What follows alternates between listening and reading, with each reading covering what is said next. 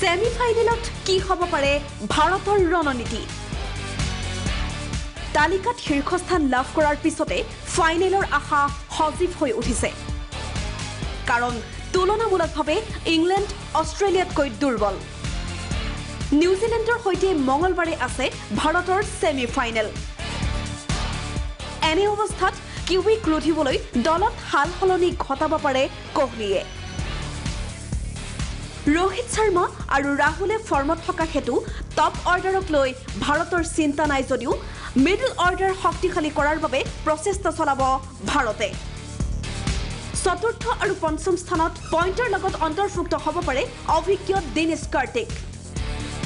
আনহাতে টপ আৰু middle order ব্যৰ্থ হলেও যাতে দলৰ ক্ষতি নহয় তাৰ বাবে লোৱাৰ अर्डार মজবুত কৰিবলৈ অন্তৰ্ভুক্ত হ'ব পাৰে ৰবীন্দ্ৰ জাদেজা পেস বলিঙক লৈ ভাৰতৰ চিন্তাৰ কাৰণ নাই যদিও কোহলিৰ মূৰৰ কামুৰণি এতিয়া স্পিন এটেক যাৰ বাবে চহল বা কুলদীপৰ যিকোনো এজনকহে ল'ব পাৰে ভাৰতে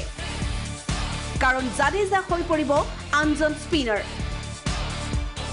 অৱশ্যে অতিৰিক্ত পঞ্চম বলাৰ বিকল্প হিচাপে হাতত আছে কেদাৰ যাদৱ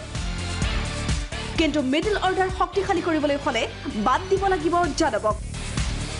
এনে অৱস্থাত দুৱাৰ খোল খাব কাৰ্তিক আৰু ময়ংক আগৰৱালৰ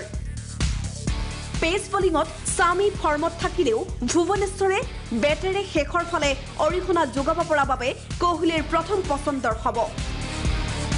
লগতে থাকিব বুমৰাহ